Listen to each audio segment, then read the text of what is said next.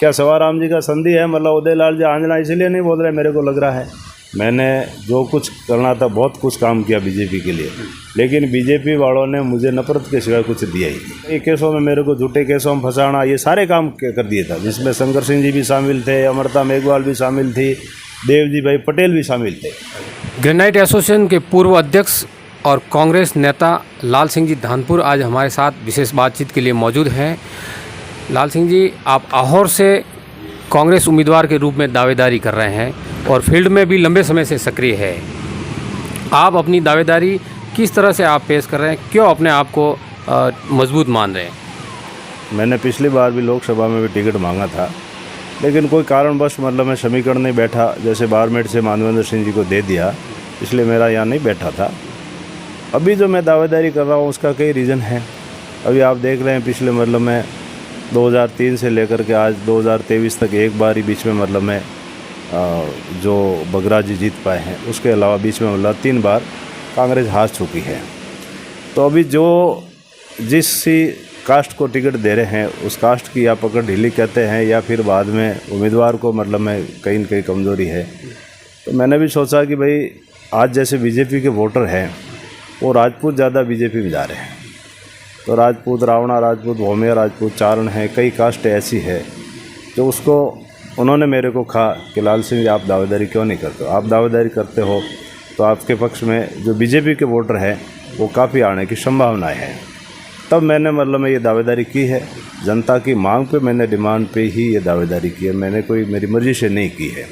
जनता की इच्छा है कि मतलब मैं एक बार आप आवर से टिकट मांग के देख लो, तब मैंने मतलब मैं इस फील्ड में उतरा हूँ। मैं आपको नहीं लग रहा है कि पिछले जो समीकरण है आहोर में 2 बार से तो लगातार कांग्रेस हार रही है और 2003 में कांग्रेस हारी है और 13 यूँ लगातार कह सकते हैं बीजेपी 3 बार अब जीत गई है 2000 के बाद में।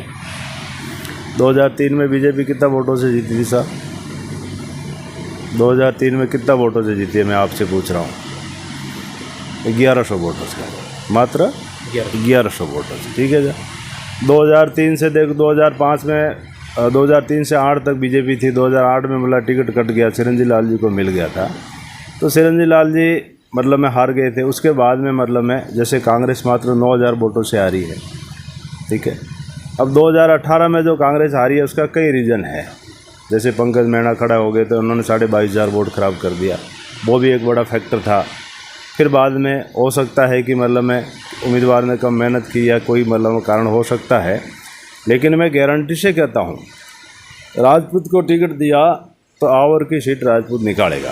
पहले भी आपने देखा होगा कि 1947 से लेकर के 1993 तक जो राजपूत को मतलब 9 बार लड़ा, इसमें से करीबन 8 बार राजपूत जीता है अलग अलग पार्टियों से। वो सारे समीकरण और सारे आंकड़े मतलब आपके सामने, आप मतलब उसको उठा करके देख लेना राजपूत कितनी बार जीता है। और आज भी मैं गारंटी से कहता हूं कि आवर से राजपूत को टिकट मिला तो 100% कांग्रेस की टिकट निकलेगी, इसमें कोई शक नहीं है। आपने ये समीकरण बताया है, इसमें एक मैं और जोड़ देता हूं, वो ये है कि जब 1957 से जो आहोर में इलेक्शन हुए हैं 14 बार अब तक, उसमें 8 बार कांग्रेस जीती है, तो ये एक मजबूत कड़ी है। फिर उसके बावजूद अब 2 बार से जो हार रही है, इसको आप कैसे बदलेंगे अगर आपको पार्टी टिकट देती है तो? अब देख लीजिए, मैं आपको कह रहा हूँ जहाँ जिस कास्ट से जिनको टिकट मिल रहा था उस कास्ट में भी आप खुद बिखराव देख रहे हैं। जैसे पहले मतलब बगराज जी मजबूत उम्मीदवार थे, उसमें कोई शक नहीं है, ठीक है ना। एक बगराज जी टिकट मांग लेते तो दूसरा कोई चौधरी मांगता ही नहीं था। लेकिन आज की स्थिति क्या हुआ आपने भी देखी है, जैसे आवर में 17-18 लोगों ने टिकट मांगा, उसमें से 14 लोग तो खाली अकेले चौधरी समाज से ही हैं, और वो एक ही कह रहे हैं कि मतलब मैं या तो मेरे को टिकट मिलना चाहिए, नहीं तो मतलब दूसरे को नहीं मिलना चाहिए। अब सब अलग अलग अपनी अपनी दावेदारी जता रहे हैं। तो हम तो ये कह रहे हैं कि सर राजपूत को मिला तो कोई भी राजपूत जीतेगा, मैं नहीं कहूँगा मैं ही जीतूँगा, कोई भी राजपूत मिला तो ये राजपूत सीट निकालेगा, आराम से निकालेगा। क्यों पिछले 30 साल से राजपूत को यहाँ से टिकट नहीं मिला है, इसलिए राजपूत मतलब अभी एक मत होकर के इन्होंने सब ने मेरे को समर्थन भी किया है कि लाल सिंह जी आप टिकट मांगो और हम आपके साथ खड़े रहेंगे और आपको सीट जिता के देंगे।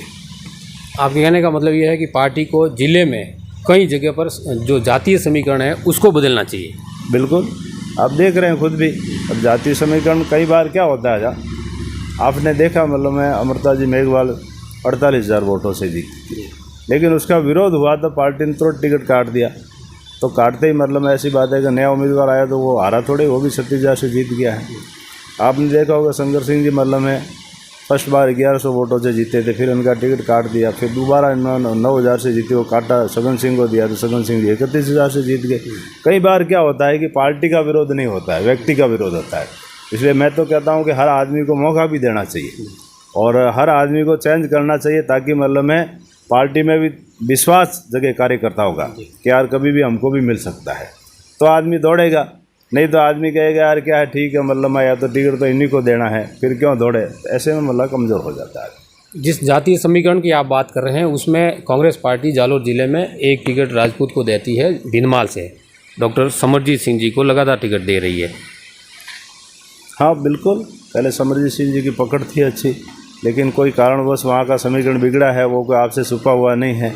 पिछले 3 टाइम से मतलब मैं वहाँ से राजपूत हार रहा है कंटिन्यू, 3 दफ़ा हो गया राजपूत हारा। एक बार पहले समरजीत सिंह 20,000 से आ रहे थे, उस क्राइटेरिया में टिकट काट दिया समरजीत सिंह जी का, फिर ओम सिंह जी को दे दिया तो ओम सिंह जी 44,000 वोटों से हार गए, फिर समरजीत सिंह जी को दे दिया तो समरजीत सिंह जी 11,000 वोटों से हार गए। अब हो सकता है कि वहाँ का समीकरण कैसे बिगड़ा है वो आपसे भी कोई छुपा हुआ नहीं और मेरे से भी छिपा हुआ नहीं है, लेकिन जहाँ समीकरण एक बार बिगड़ जाता है उस समीकरण को सुधारने में बहुत टाइम लगता है। इसलिए मैं तो कहता हूँ कि समय समय अनुसार टिकट चेंज करने चाहिए।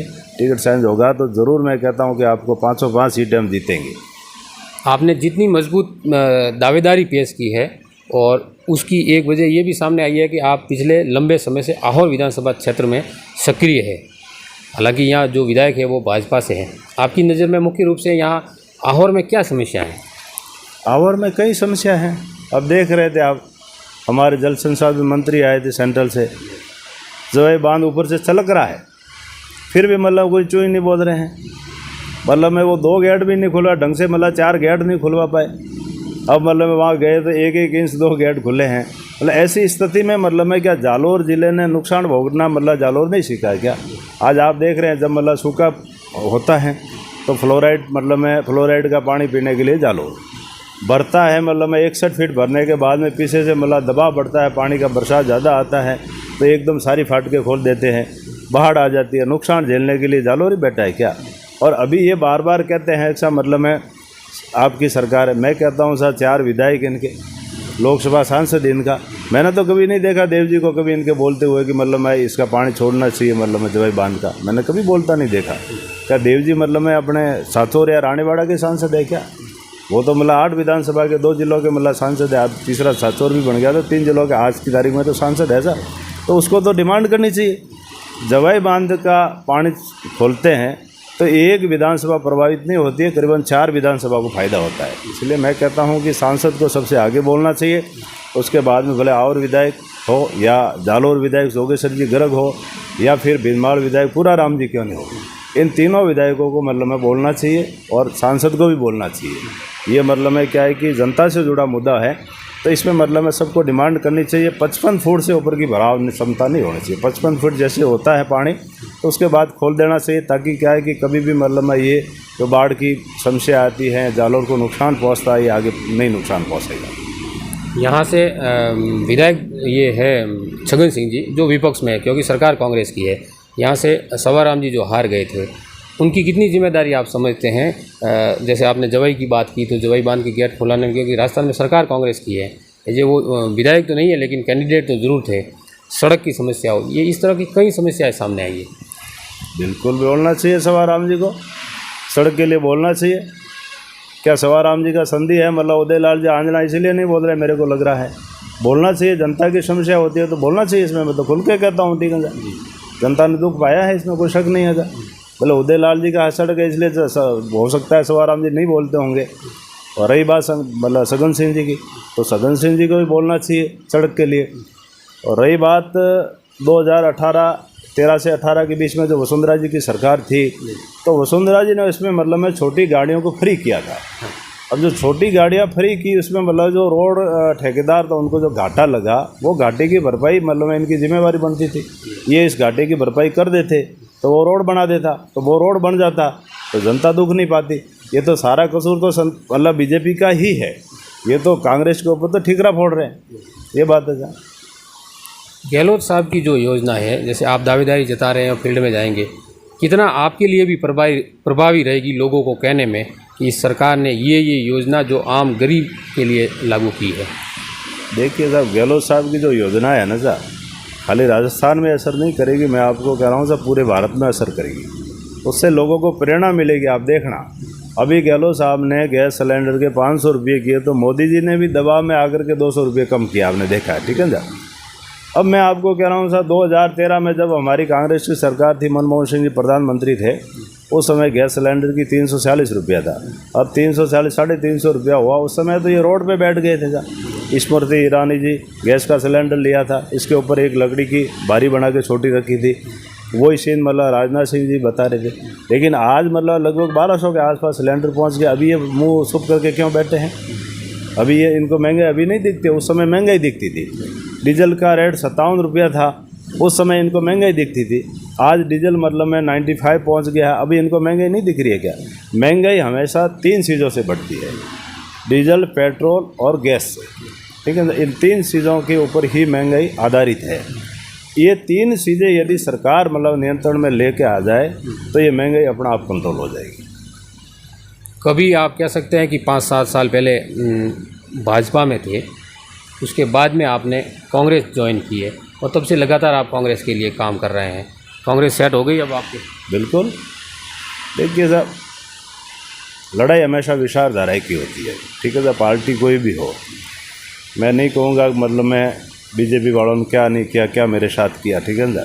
मैंने जो कुछ करना था बहुत कुछ काम किया बीजेपी के लिए, लेकिन बीजेपी वालों ने मुझे नफरत के सिवाय कुछ दिया ही नहीं, ठीक है ना। मैंने बीजेपी के लिए भी मेहनत खूब की थी, लेकिन दिया मेरे को कुछ नहीं था।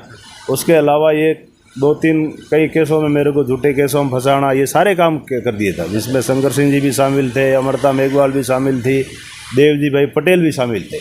और ये बात मैंने संघ में भी रख दी, लेकिन फिर भी बात नहीं सुनी। तो मैंने कहा भाई ये पार्टी आपकी और आपको मुबारक हो, मैंने छोड़ दी पार्टी को। मैंने कोई किसी लालच के लिए नहीं छोड़ी थी कि मैं यहाँ आकर के मुझे वो मिल जाएगा और वहाँ मेरे को वो नहीं मिलेगा। भाई विचारधारा के लिए, और हर आदमी अपने स्वाभिमान के लिए जीता है, और स्वाभिमान को कभी भी ठेस पहुँचेगी तो आदमी बर्दाश्त नहीं करेगा। आप आवर में लंबे समय से सक्रिय है। पिछले कुछ दिनों पहले आपने एक बहुत बड़ी सभा भी की थी, एक आयोजन भी किया था। यहाँ आपकी दृष्टि में कांग्रेस कितनी मजबूत है आवर विधानसभा क्षेत्र में? और में कांग्रेस मजबूती है सर। कांग्रेस का जो मूल वोट है, उस वोट को बिखरने नहीं देना है। मैं आपको गारंटी से कहता हूँ, ये जो मूल जो वोट कांग्रेस के हैं, वो कांग्रेस के वोट आपने बिखरने नहीं दिए, वो एक जगह आपने स्थापित कर दिया तो कांग्रेस को कोई हराने वाला नहीं है। तो आपको लगता है कि अगर आपको पार्टी टिकट दे देती है तो बाकी जो लोग हैं या जिसका भी टिकट कटेगा, क्या वो सारे एक होकर आपके साथ तैयार है आने को? बिल्कुल। मतलब एक का टिकट कटेगा, सबका ही थोड़ा ही कट रहा है, कोई जनता का तो टिकट कट नहीं रहा।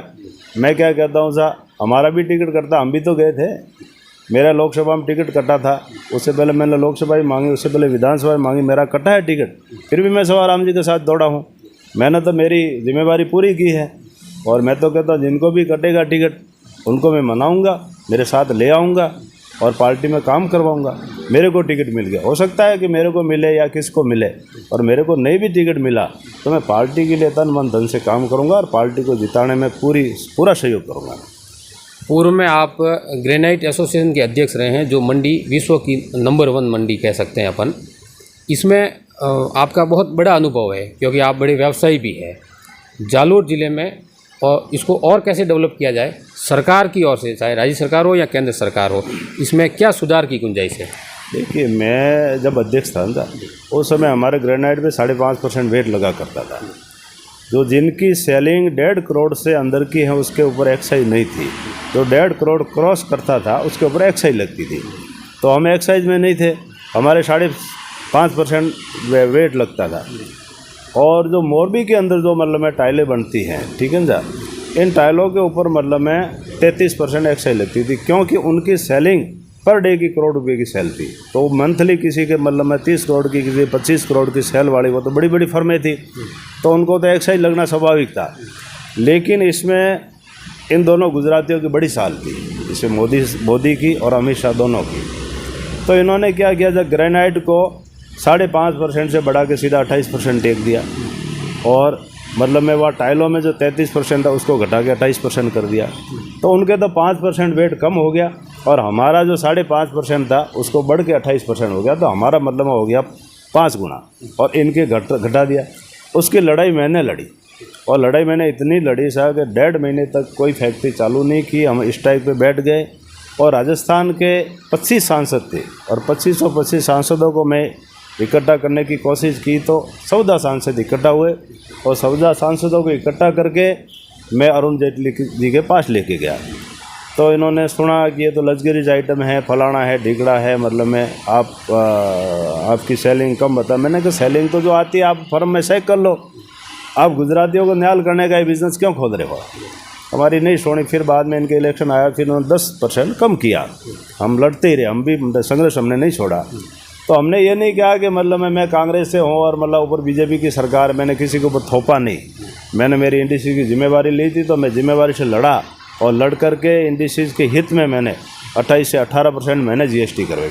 जैसे मेरी 28 से 18% जीएसटी हुई, तो जो गुजरात में जिन मोरबी की टाइलों के ऊपर जो 33 थे उनको भी 18 कर दी।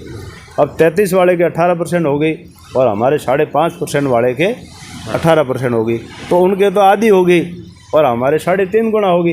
ये तो सीधा सा हमारे साथ मतलब सौतेला व्यवहार है, भला बीजेपी सरकार का, मोदी जी का और अमित शाह का।